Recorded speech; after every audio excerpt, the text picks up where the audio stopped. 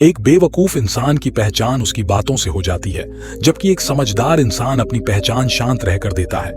किसी ने सही ही कहा है, अगर किसी इंसान को पता चल जाए कि उसे कब कहा और कितना बोलना चाहिए, तब उस इंसान को सफल बनने से कोई भी नहीं रोक सकता। जैसे कभी कमान से छोड़ा हुआ तीर कभी वापस नहीं आते, वैसे मुंह से बोले गए शब्द वापस नहीं आते। आपके शब्द आपकी ताकत भी बन सकते हैं और कमजोरी भी। आपका सही समय और जगह पर चुप रहना आपको कई मुसीबतों से बचा सकता है, लेकिन आपका गलत जगह पर ज्यादा बोलना आपको मुसीबत में जरूर डाल सकता है। पर आजकल ज्यादातर लोग अपनी जबान का इस्तेमाल लोगों को नीचा दिखाने और खुद को बड़ा साबित करने में लगाते हैं। हर कोई राय देता है, सलाह देता है। कभी दिमाग इतना थक जाता है कि खुद की सोच भी सुनाई नहीं देती। तो चलिए आज खामोशी की अहमियत को जानते हैं। क्या पता खामोश रहने से हमें हमारे सवालों के जवाब मिल जाए। बहुत समय पहले भगवान बुद्ध के आश्रम में कई छात्र शिक्षा ग्रहण करने के लिए आए थे। उन छात्रों में एक था आनंद, जो बहुत ज्यादा बातें करता था। वह हर समय बोलता रहता और अपने सहपाठियों को परेशान करता। जब भी कोई ध्यान में बैठता, आनंद किसी न किसी बहाने से बोल पड़ता और सभी का ध्यान भंग कर देता। आनंद का स्वभाव बहुत चंचल था। वह हर समय किसी न किसी से बात करता रहता। उसे शांति के क्षण बिल्कुल भी नहीं भाते थे। उसकी बातें बिना सर पैर और बचकानी होती, लेकिन वह स्वयं को सबसे बुद्धिमान समझता था। उसकी आवाज में हमेशा एक उत्साह और उत्सुकता रहती थी, लेकिन उसका यह उत्साह अन्य छात्रों को अक्सर परेशान कर देता था। आनंद की यह आदत उसके साथियों के लिए एक बड़ी समस्या बन गई थी। वे जब भी ध्यान करने बैठते, आनंद की लगातार बातें उनके ध्यान को भंग कर देती। कई बार उन्होंने उसे टोकने की कोशिश की, परंतु आनंद अपनी आदत से बाज नहीं आया। उसने कभी यह महसूस नहीं किया कि उसकी बातें कितनी व्यर्थ हैं और कैसे वे दूसरों के लिए परेशानी का कारण बन रही हैं। एक दिन बुद्ध ने अपने ध्यान कक्ष में ध्यान कर रहे छात्रों के बीच आनंद को देखा।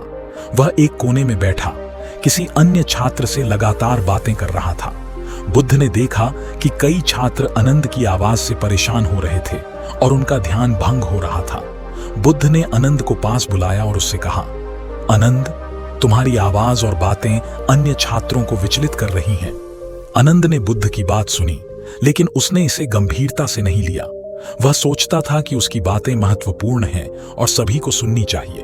उसने बुद्ध से कहा, गुरुदेव, मेरी बातें महत्वपूर्ण हैं। मैं केवल अपना ज्ञान और अनुभव साझा कर रहा हूं। बुद्ध ने मुस्कुराते हुए कहा, आनंद, सच्चा ज्ञान और अनुभव तभी महत्वपूर्ण होते हैं जब वे सही समय और स्थान पर साझा किए जाएं। अन्यथा वे केवल शोर बनकर रह जाते हैं। आनंद ने बुद्ध की बातों को फिर से हवा में उड़ा दिया। फिर बुद्ध ने कहा, अगर मैं तुम्हें एक कार्य दूं तो तुम कर पाओगे? आनंद ने कहा, जी गुरुदेव, मैं कोई भी कार्य बड़े आराम से कर सकता हूं। आप सिर्फ मुझे यह बताएं मुझे क्या करना है। बुद्ध ने आनंद से कहा, आनंद, कार्य बस इतना है कि तुम्हें एक सप्ताह तक मौन रहना है। आनंद चौंकते हुए गुरु की ओर देखता है और बोलता है, बस मौन रहना है? बुद्ध कहते हैं, हाँ, केवल मौन रहना है। बुद्ध ने आनंद से कहा, इसके बाद मुझे बताना कि तुमने क्या सीखा। आनंद ने पहले तो इस कार्य को बहुत आसान माना और वह बुद्ध की आज्ञा का पालन करने के लिए तैयार हो गया। आनंद ने बुद्ध से कहा, गुरुदेव, यह तो मैं बहुत आराम से कर लूंगा। गुरु मुस्कुराए और कहे, लेकिन मुझे बताना मत भूलना कि तुमने क्या सीखा। इसके बाद आनंद ने गुरु को प्रणाम किया और अपने कुटिया में चला गया। पहले दिन आनंद ने मौन रहना बहुत कठिन पाया। उसके मन में अनेक विचार आते और वह उन्हें व्यक्त करना चाहता। उसे हर क्षण बोलने की आदत थी और अब उसे मौन रहना था। वह अपने साथियों को बातें करते देखता तो उसे लगता, काश मैं भी अपनी ज्ञान की बातें इन्हें बता पाता। उसने दिनचर्या को बदलने का प्रयास किया, लेकिन मौन रहना उसके लिए सबसे बड़ी चुनौती बन गया। आनंद ने देखा कि उसके सहपाठी उसे अजीब नजरों से देख रहे थे। पहले दिन ही उसने महसूस किया कि मौन रहना केवल बाहरी नहीं बल्कि आंतरिक भी है। उसने अपने मन को शांत करने के लिए गहरी सांसें लेनी शुरू की और ध्यान में डूबने का प्रयास किया, पर वह खुद को शांत नहीं रह पा रहा था। वह जोर जोर से बोलना चाहता था, लेकिन वह अपने कार्य की वजह से बोल नहीं सकता था। वह तुरंत गुरु के कक्ष में जाता है और रोने लगता है और रोते रोते कहता है, गुरुदेव, मुझसे यह मौन रहना नहीं हो पाएगा। मैं खुद को रोक नहीं पा रहा है। मेरे सामने इतने लोग हैं और उनकी बातें हैं, वह मुझे बोलने की ओर आकर्षित कर रही है। गुरु ने कहा, तुमने तो कहा था तुम इस कार्य को आसानी से कर लोगे, पर तुमने तो पहले ही दिन हार मान ली। गुरु ने उसे समझाया, पुत्र, मौन केवल शब्दों का अभाव नहीं है, बल्कि यह मन की शांति का अनुभव है। इसे अपने भीतर महसूस करो। जब तुम मौन रहकर अपने भीतर की आवाज सुनोगे, तभी तुम अपनी सच्ची क्षमता को पहचान पाओगे। अपने आसपास के लोगों को भूल जाओ और केवल अपने ऊपर ध्यान केंद्रित करो, तभी तुम इसे समझ पाओगे। आनंद ने गुरु के पैर छुए और अपनी कुटिया में चला गया। दूसरे दिन जब वह ध्यान में बैठा तो उसने गुरु की समझाई बातों को ध्यान में रखते हुए ध्यान किया और उसने महसूस किया कि उसके मन के विचार धीरे धीरे शांत हो रहे हैं। उसने गहरी सांस ली और मौन की गहराई को महसूस किया। उसने देखा कि मौन के क्षणों में उसके विचार अधिक स्पष्ट और स्थिर हो रहे थे। वह खुद को बहुत हल्का महसूस कर रहा था। उसे आसपास लोग दिखाई दे रहे थे, लेकिन आज उसे बोलने की उत्सुकता नहीं हो रही थी। वह खुद में खो चुका था।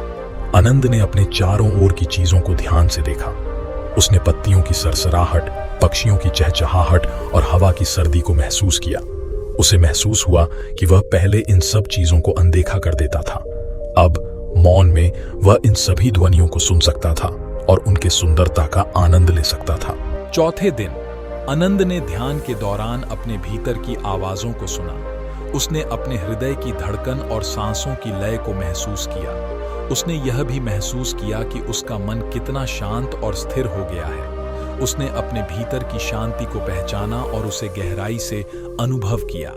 पांचवें दिन आनंद ने महसूस किया कि मौन में एक गहरी शक्ति है। उसे लगा कि उसने अपने भीतर की शांति को पा लिया है। उसने देखा कि उसकी उपस्थिति से अन्य छात्रों को भी शांति मिली है। जब वह मौन रहता तो अन्य छात्र भी उसे देखकर शांत रहते और ध्यान में मग्न हो जाते।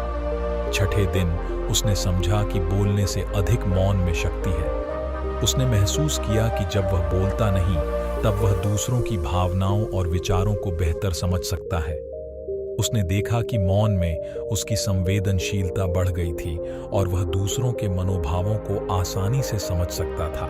सातवें दिन आनंद ने बुद्ध के पास जाकर उन्हें अपनी अनुभूतियों के बारे में बताया। बुद्ध ने मुस्कुराते हुए कहा, आनंद, मौन की शक्ति को समझना ही सच्ची शिक्षा है। जब तुम मौन रहकर सुनते हो तो तुम दूसरों के मन को समझ सकते हो। जब तुम शांत रहकर ध्यान करते हो तो तुम अपने भीतर की शांति को पा सकते हो। समय के साथ आनंद ने मौन और ध्यान की महत्ता को और गहराई से समझा। उसने देखा कि मौन केवल शब्दों का अभाव नहीं है, बल्कि यह एक आंतरिक स्थिति है जहां मन पूरी तरह से शांत और स्थिर हो जाता है। उसने अपने जीवन के प्रत्येक क्षण में मौन की उपस्थिति को महसूस किया और उसे अपने दैनिक कार्यों में लागू किया। आनंद ने अपने जीवन में मौन और ध्यान के माध्यम से कई अद्भुत अनुभव किए। उसने देखा कि मौन में उसके विचार और भावनाएं स्पष्ट हो जाती हैं और वह अपने निर्णयों में अधिक सूझबूझ और स्थिरता पा सकता है। उसने यह भी समझा कि मौन में वह अपने आसपास के लोगों के साथ अधिक गहराई से जुड़ सकता है और उनकी भावनाओं को बेहतर समझ सकता है। आनंद ने अपने अनुभवों को अन्य छात्रों के साथ साझा किया और उन्हें भी मौन और ध्यान की महत्ता समझाई। धीरे धीरे पूरे आश्रम में एक नई ऊर्जा और शांति का वातावरण बन गया। सभी छात्र अधिक ध्यानपूर्ण और शांत हो गए। आनंद ने अपने जीवन में मौन और ध्यान के माध्यम से कई अद्भुत अनुभव किए। आनंद ने मौन में ही अपनी सच्ची शक्ति को पहचाना।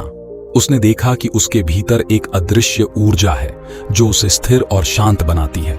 उसने महसूस किया कि मौन में ही उसकी वास्तविक क्षमता छिपी हुई है। उसकी आंखों में आंसू थे, लेकिन वे आंसू खुशी के थे। उसने गुरु के चरणों में नतमस्तक होकर कहा, गुरुदेव, अब मैं समझ गया हूं कि मौन ही सच्चा ज्ञान है। आपने मुझे मेरी आत्मा का सच्चा मार्ग दिखाया है। तो क्या आप भी आनंद की तरह बोलने वाले व्यक्ति हैं या आपको शांत रहना पसंद है? जवाब कमेंट करके जरूर बताइए और चैनल को सब्सक्राइब कर लें ऐसी प्रेरणादायक कहानियों के लिए। और अगली बार जब दुनिया आपको शोरगुल लगे तो एक गहरी सांस लें और अपना खुद का शांत स्थान खोजें। आप शायद हैरान रह जाएंगे कि आपने क्या पा लिया। अगली वीडियो में फिर मिलते हैं। धन्यवाद। नमो बुद्धाय।